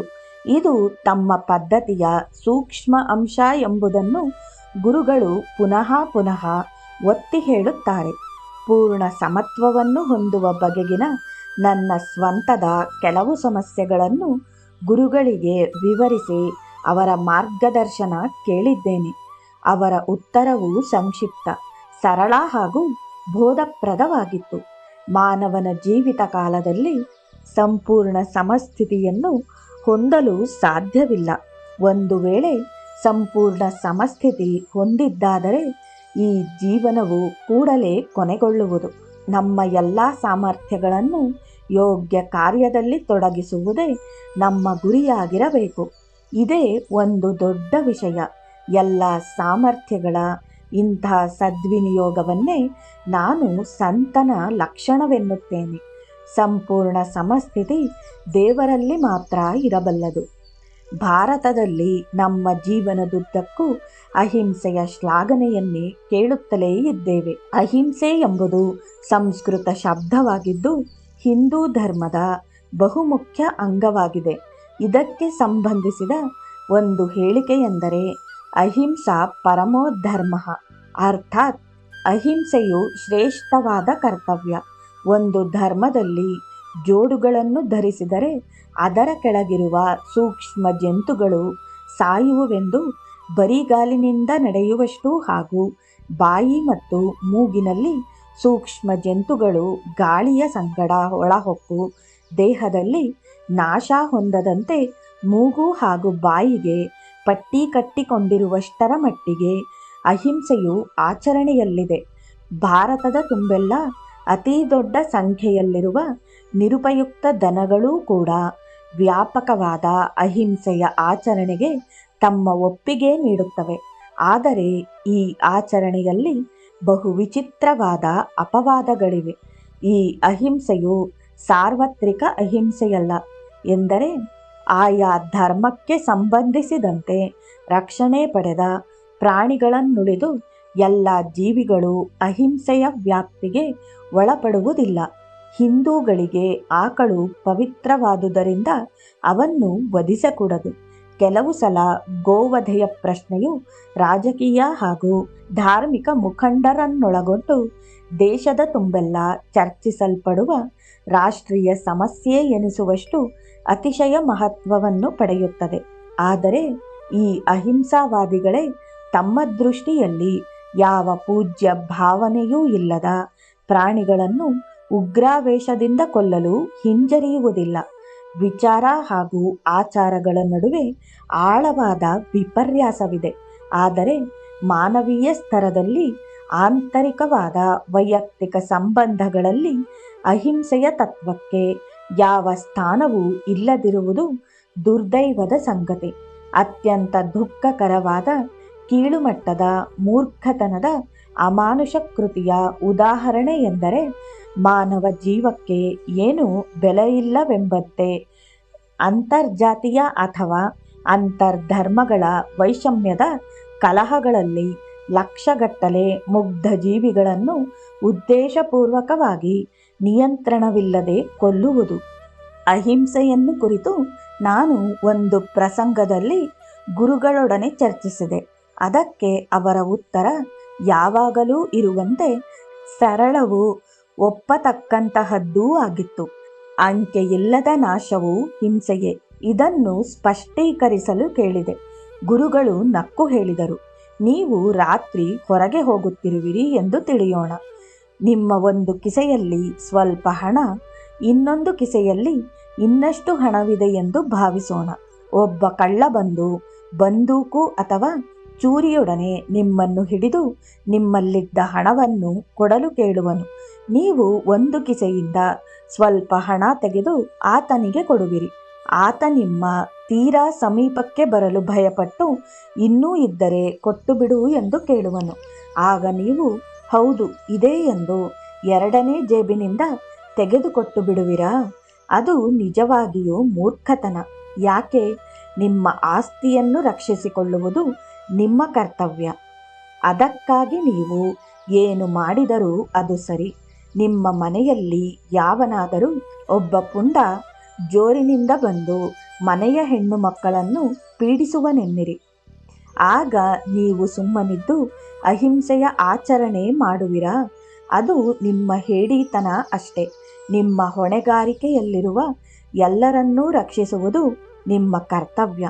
ಅದಕ್ಕಾಗಿ ಆತನನ್ನು ದಂಡಿಸಿ ಹೊರಗೆ ಹಾಕುವ ಪ್ರಸಂಗ ಬಂದರೆ ಅದನ್ನು ಮಾಡಲೇಬೇಕು. ಇದನ್ನು ನಿಮ್ಮ ಕರ್ತವ್ಯ ದೃಷ್ಟಿಯಿಂದ ಮಾತ್ರ ನೋಡಬೇಕೆಂದು ಹೇಳುವೆ. ನಿಮ್ಮ ಕರ್ತವ್ಯವನ್ನು ಮಾಡುವುದೇ ಸದಾಚಾರ, ಅದೇ ಧರ್ಮ. ಒಂದು ಮಾತನ್ನು ಹೇಳುತ್ತೇನೆ. ಸರಿಯಾದ ಅರ್ಥದಲ್ಲಿ ಅಹಿಂಸೆಯ ವಿಚಾರ ಒಳ್ಳೆಯದು. ಆದರೆ ಅದನ್ನು ತಪ್ಪಾಗಿ ಬಳಸಿದರೆ ಅದು ಮನುಷ್ಯನನ್ನು ದುರ್ಬಲ ಹಾಗೂ ಸತ್ವಹೀನನನ್ನಾಗಿ ಮಾಡುತ್ತದೆ. ಸೈನಿಕರು ಅಹಿಂಸೆಯನ್ನು ಹೇಗೆ ಆಚರಿಸಬಲ್ಲರು? ವೈರಿಗಳನ್ನು ಕೊಲ್ಲುವುದು ಅವರ ಕರ್ತವ್ಯ. ಗೀತೆಯಲ್ಲಿ ಶ್ರೀಕೃಷ್ಣನು ಅರ್ಜುನನಿಗೆ ಹೇಳಿದ್ದು ಇದನ್ನೇ. ಆತ ಅರ್ಜುನನಿಗೆ ವೈರಿಗಳನ್ನು ಸೆದೆಬಡಿಯಲು ಹೇಳುತ್ತಾನೆ. ಇಲ್ಲದಿದ್ದರೆ ಅದು ಹೇಡಿತನವಾಗುತ್ತದೆ. ಒಬ್ಬ ಡಾಕ್ಟರನ ಉದಾಹರಣೆಯನ್ನು ತೆಗೆದುಕೊಳ್ಳೋಣ. ಆತ ಒಬ್ಬ ರೋಗಿಯನ್ನು ಗುಣಪಡಿಸಲು ಆತನ ದೇಹದಲ್ಲಿದ್ದ ರೋಗಾಣುಗಳನ್ನು ನಾಶಪಡಿಸುತ್ತಾನೆ. ನಿಜ ಹೇಳುವುದಾದರೆ ಅದೂ ಹಿಂಸೆಯೇ. ಆದರೆ ರೋಗಾಣುಗಳನ್ನು ಉಳಿಸಲು ಯಾರಾದರೂ ತಾವು ಸಾಯಲು ತಯಾರಾಗುವರೇ? ನಾವು ಈ ನಾಶಗೊಳಿಸುವಿಕೆಯ ಉದ್ದೇಶವನ್ನು ನೋಡಬೇಕು.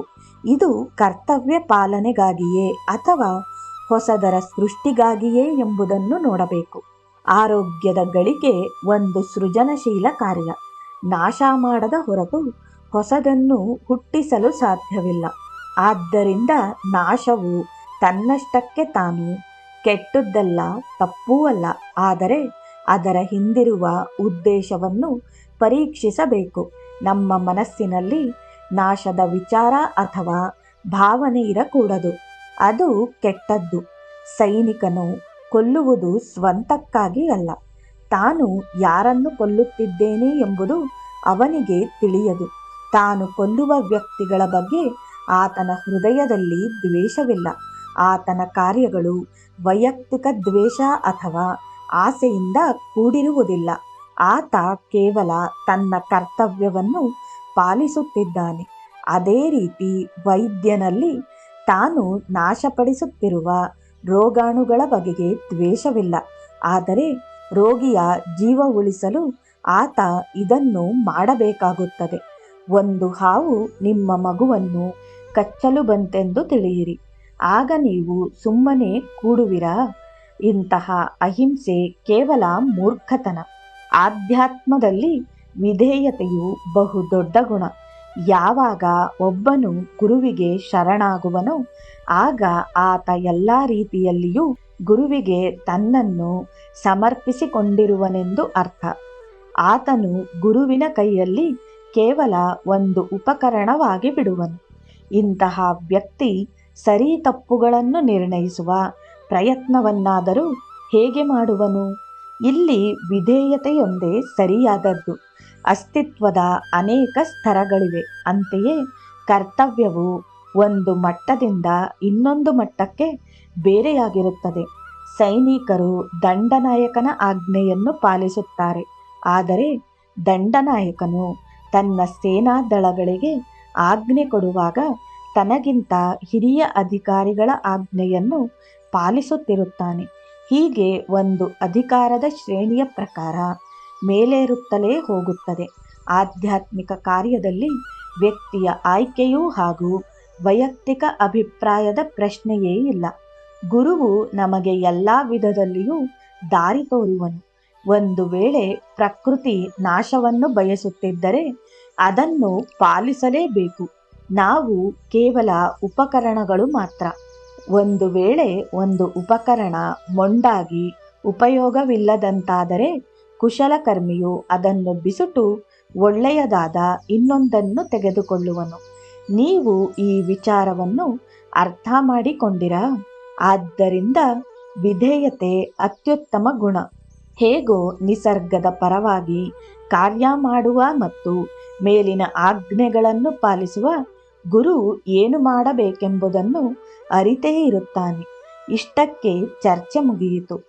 ಮತ್ತೊಂದು ಚರ್ಚೆಯ ಸಮಯದಲ್ಲಿ ನಾನು ಮತ್ತು ವಿಧೇಯತೆ ಹಾಗೂ ನಾಶ ಎರಡೂ ವಿಷಯಗಳನ್ನೆತ್ತಿದೆ. ಪ್ರಾಮಾಣಿಕರು ಧರ್ಮಗುರುಗಳಿಗೆ ವಿಧೇಯರಾಗಿರುವುದನ್ನು ಏಕೆ ದೂಷಿಸಬೇಕು ಎಂದು ಗುರುಗಳನ್ನು ಕೇಳಿದೆ. ಗುರುಗಳು ಮಹತ್ವದ್ದೆಂದು ಹೇಳಿದುದನ್ನೇ ಅವರು ಮಾಡುತ್ತಿದ್ದಾರೆ. ಅವರು ತಮ್ಮ ಬೋಧಕರಿಗೆ ವಿಧೇಯರಾಗಿದ್ದರೆ ಈ ರೀತಿ ವಿಚಾರ ಮಾಡುವುದು ಸಾಧುವೆಂಬುದನ್ನು ಗುರುಗಳು ಒಪ್ಪಿದರು. ಆದರೂ ಅವರು ಇನ್ನೂ ಸ್ವಲ್ಪ ಹೆಚ್ಚಿನ ಅಂಶಗಳನ್ನು ಸೇರಿಸಿ ವಿಷಯವು ಬಹಳ ಸ್ಪಷ್ಟವಾಗುವಂತೆ ಮಾಡಿದರು. ಅವರು ಹೇಳಿದರು, ವಿಧೇಯತೆ ಒಳ್ಳೆಯದು. ಅವರ ವಿಧೇಯತೆಯನ್ನು ನಾನೂ ಒಪ್ಪುತ್ತೇನೆ. ಅವರಲ್ಲಿ ಪೂರ್ಣವಾಗಿ ಅಲ್ಲದಿದ್ದರೂ ಸ್ವಲ್ಪ ಮಟ್ಟಿಗಾದರೂ ವಿಧೇಯತೆಯ ಭಾವವಿದೆ. ಆದರೆ ಒಂದು ಮಾತು, ಅವರು ಒಬ್ಬ ದರೋಡೆಕೋರನಿಗೆ ವಿಧೇಯರಾಗಿರುವುದು ಸರಿಯೇ? ಹಾಗಾಗದು. ಒಬ್ಬ ದರೋಡೆಕೋರನು ಜನರ ಸಂಪತ್ತನ್ನು ಲೂಟಿ ಮಾಡಲು ಜೀವನಾಶ ಮಾಡುತ್ತಾನೆ. ಇದಕ್ಕಿಂತ ಬೇರೆ ಯಾವ ಉದ್ದೇಶವೂ ಇಲ್ಲ. ಅದೇ ರೀತಿ ಏನಾದರೊಂದನ್ನು ಮಾಡಲು ಹೇಳುವವರನ್ನೇ ಜನರು ವಿಧೇಯರಾಗಿ ಒಪ್ಪಬಹುದು. ಈ ಎಲ್ಲ ವಿಧೇಯತೆಯ ಹಿಂದೆ ಕೇವಲ ಸ್ವಾರ್ಥದ ಹಾಗೂ ವೈಯಕ್ತಿಕ ಲಾಭದ ಆಶೆ ಇರುತ್ತದೆ. ಪೂಜಾರಿಗಳಿಗೆ ಅಥವಾ ಜ್ಯೋತಿಷಿಗಳಿಗೆ ಹೇರಳ ಕಾಣಿಕೆಗಳನ್ನು ಏಕೆ ಕೊಡುತ್ತಾರೆ? ಕೇವಲ ವೈಯಕ್ತಿಕ ಲಾಭಕ್ಕಾಗಿ. ಆದ್ದರಿಂದ ಇದು ಒಂದು ವಿಷಯ, ಒಂದು ದೃಷ್ಟಿ. ಎರಡನೆಯದಾಗಿ, ಪ್ರಾಮಾಣಿಕ ಜನರು ಯಾವ ಸ್ವಾರ್ಥದ ಇಚ್ಛೆಗಳೂ ಇಲ್ಲದೆ ವಿಧೇಯರಾಗಿರಬಹುದು. ಅವರ ವಿಷಯದಲ್ಲಿ ಏನು ತಪ್ಪಿದೆ?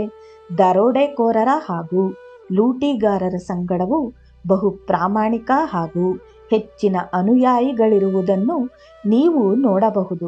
ಅವರು ದರೋಡೆಕೋರರನ್ನು ಬಹುಮಟ್ಟಿಗೆ ಪೂಜಿಸುತ್ತಾರೆ. ಇದು ಏಕೆ? ಕಾರಣವಿಷ್ಟೇ.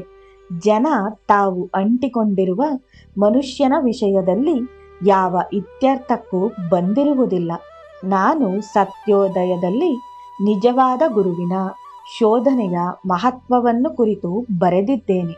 ಒಂದು ವೇಳೆ ನಿಜವಾದ ಗುರುವಿಗೆ ನೀವು ವಿಧೇಯರಾಗಿದ್ದರೆ ಅದು ಒಳ್ಳೆಯದೇ.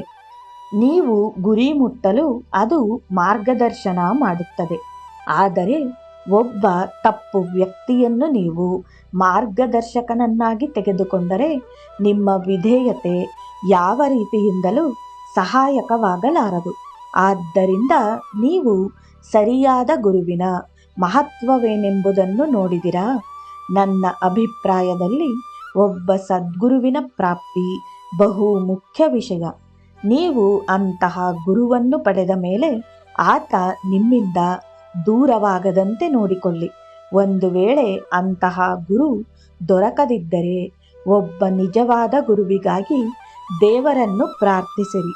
ಆತ ಬಂದೇ ಬರುತ್ತಾನೆ. ಆದರೆ ಆ ವಿಷಯದಲ್ಲಿ ಯಾವ ಸಂಶಯವೂ ಇರಕೂಡದು. ತಪ್ಪು ಗುರುವನ್ನು ಪಡೆಯುವುದಕ್ಕಿಂತ ಗುರು ಇಲ್ಲದಿರುವುದೇ ಲೇಸೆಂದು ನಾನು ಹೇಳುತ್ತೇನೆ. ನಿಜವಾದ ಸದ್ಗುರುವಿನ ಸಹಾಯವಿಲ್ಲದೆ ನಾವು ಮುಂದೆ ಹೋಗಲಿಕ್ಕಿಲ್ಲ. ಆದರೆ ತಪ್ಪು ಗುರುವನ್ನು ಪಡೆದು ಹಿಂದಕ್ಕೆ ಹೋಗುವುದಕ್ಕಿಂತ ಇದು ಒಳ್ಳೆಯದು. ಆದ್ದರಿಂದ ಈ ವಿಷಯದಲ್ಲಿ ಜಾಗರೂಕರಾಗಿರಲು ನಾನು ನನ್ನ ಸಂಗತಿಗಳಿಗೆ ಹೇಳುತ್ತೇನೆ. ಇದು ಬಹುಮುಖ್ಯ ವಿಷಯ. ಗುರುವನ್ನು ಹೇಗೆ ಪರೀಕ್ಷಿಸಬೇಕು ಎಂದು ಜನ ನನ್ನನ್ನು ಕೇಳುತ್ತಾರೆ. ಇದು ಬಹು ಸುಲಭ. ನಿಮ್ಮ ಹೃದಯವೇ ಇದಕ್ಕೆ ಉತ್ತರ ಕೊಡುತ್ತದೆ. ಒಬ್ಬ ನಿಜವಾದ ಸಂತನ ಹತ್ತಿರ ಕುಳಿತಾಗ ನೀವು ಶಾಂತಿಯನ್ನು ಅನುಭವಿಸುವಿರಿ ಎಂಬುದನ್ನು ನಾನು ಈಗಾಗಲೇ ಹೇಳಿದ್ದೇನೆ. ಇದು ಒಂದು ಲಕ್ಷಣ.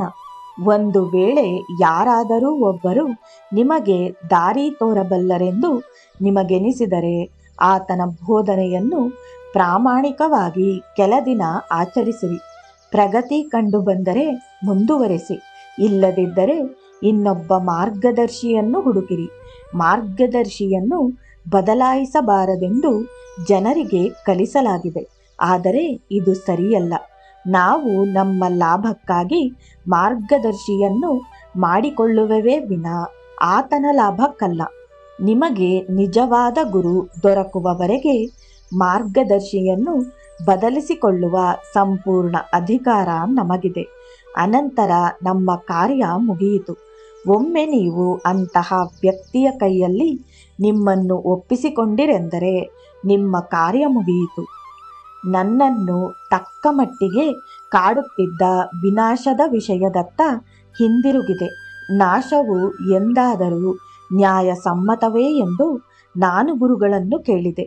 ಗುರುಗಳು ಉತ್ತರ ಕೊಟ್ಟರು, ಹೌದು, ನಿಮಗೆ ಸ್ವಲ್ಪ ಅನುಮಾನವಿದೆ, ಆದರೆ ಇದನ್ನು ಸಂಕುಚಿತ ರೀತಿಯಲ್ಲಿ ಆಲೋಚಿಸುತ್ತಿರುವುದರಿಂದ ಹಾಗೆನಿಸಿದೆ.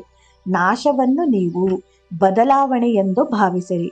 ನೀವು ಒಂದು ಗಿಡವನ್ನು ಕತ್ತರಿಸಿದಾಗ ಏನಾಗುತ್ತದೆ? ಆ ಗಿಡವು ನಾಶ ಹೊಂದುತ್ತದೆ. ಆದರೆ ಬಡಗಿ ಅದರಿಂದ ಸಾಮಾನುಗಳನ್ನು ತಯಾರಿಸುತ್ತಾನೆ. ಈ ರೀತಿ ಕಟ್ಟಿಗೆ ಉಪಯೋಗಕ್ಕೆ ಬಂದಿತು. ಕಟ್ಟಿಗೆ ಇನ್ನೂ ಇದೆ, ಆದರೆ ರೂಪ ಬದಲಾಗಿದೆ. ಒಬ್ಬ ಮನುಷ್ಯನು ಸತ್ತಾಗ ಅದೇ ಆತನ ಕೊನೆಯೆಂದು ನಾವು ತಿಳಿಯುತ್ತೇವೆ. ನಮ್ಮ ದೃಷ್ಟಿಯಲ್ಲಿ ಸಾವೇ ಕೊನೆ, ಆದರೆ ಅದು ಸರಿಯಲ್ಲ. ಸಾವು ಎಂದು ನಾವು ಭಾವಿಸಿರುವುದು ಇನ್ನೊಂದು ಜೀವನದ ಹುಟ್ಟು. ಇದೇ ರೀತಿ ಒಂದು ಮಗುವಿನ ಜನ್ಮವಾದಾಗ ಯಾವುದನ್ನು ನಾವು ಹುಟ್ಟು ಎನ್ನುವೆವು? ಅದು ಬೇರೊಂದು ಜೀವನದ ಮೃತ್ಯುವೆ. ಇಲ್ಲಿ ಜನನದ ರೂಪವಾಗಿದೆ. ಅದು ನಿಮಗೆ ತಿಳಿಯಿತೆ? ಇದು ಕೇವಲ ರೂಪ ಬದಲಾವಣೆ. ಜೀವವು ಈ ಪ್ರಯಾಣದಲ್ಲಿ ರೂಪ ಬದಲಾಯಿಸುತ್ತಲೇ ಇದ್ದು ಸುದೈವದಿಂದ ಗುರುವನ್ನು ದೊರಕಿಸಿಕೊಂಡು ಆತನ ಮೂಲಕ ಮುಕ್ತಿ ಹೊಂದುವವರೆಗೂ ಇದು ನಡೆದೇ ಇರುತ್ತದೆ. ಇದು ಉನ್ನತ ಮಟ್ಟದ ತಿಳುವಳಿಕೆಯಿಂದ ಬರುತ್ತದೆ. ಬದಲಾವಣೆ ಇಲ್ಲದೆ ಪ್ರಗತಿ ಇಲ್ಲ. ಬದಲಾವಣೆ ಇಲ್ಲದಿದ್ದರೆ ಗತಿಹೀನತೆ ಉಂಟಾಗುತ್ತದೆ. ಇದೊಂದು ಮುಖ್ಯ ವಿಷಯ ನಿಮಗೆ ಹೇಳುತ್ತಿದ್ದೇನೆ. ಬದಲಾವಣೆ ಇಲ್ಲದೆ ಪ್ರಗತಿ ಅಸಂಭವ. ಗುರುಗಳು ಅಭ್ಯಾಸಿಗಳಿಗೆ ಸ್ಪಷ್ಟೀಕರಣಕ್ಕಾಗಿ ಕೆಲ ಮುಖ್ಯ ವಿಷಯಗಳನ್ನು ಹೇಳಿದರು. ಅವರು ಹೀಗೆಂದರು, ನಮ್ಮ ಅಭ್ಯಾಸದಲ್ಲಿಯೂ ಇದನ್ನು ನೆನಪಿಟ್ಟಿರಬೇಕು. ಒಂದು ವೇಳೆ ಪ್ರಗತಿಯಾದರೆ ನಮ್ಮ ಆಧ್ಯಾತ್ಮಿಕ ಸ್ಥಿತಿ ಬದಲಾಗುತ್ತಲೇ ಇರಬೇಕು. ಹಲವರು ಒಂದು ನಿರ್ದಿಷ್ಟ ಸ್ತರದಲ್ಲಿ ಒಳ್ಳೆಯ ಅನುಭವ ಪಡೆದು ಅನಂತರದ ಬೈಟೆಕ್ಗಳಲ್ಲಿ ಅದರ ಪುನರಾವರ್ತನೆಯಾಗಬೇಕೆಂದು ಬಯಸುವರು. ಆದರೆ ಪುನಃ ಪುನಃ ಅದೇ ಅನುಭವವಾದರೆ ಸಂಚಾಲಕರ ಹತ್ತಿರ ಹೋಗಬೇಕು. ಏಕೆಂದರೆ ಅನುಭವದ ಇಂತಹ ಪುನರಾವೃತ್ತಿಯು ಗತಿರಾಹಿತ್ಯದ ಲಕ್ಷಣವಾದ್ದರಿಂದ ಇದನ್ನು ಸರಿಪಡಿಸುವುದು ಅಗತ್ಯ ಎಂದು ಹಲವಾರು ಸಲ ಅಭ್ಯಾಸಿಗಳಿಗೆ ಹೇಳಿದ್ದೇನೆ. ಆದ್ದರಿಂದ ಬದಲಾವಣೆ ಅವಶ್ಯ. ಅದಿಲ್ಲದೆ ಪ್ರಗತಿ ಸಾಧ್ಯವಿಲ್ಲ.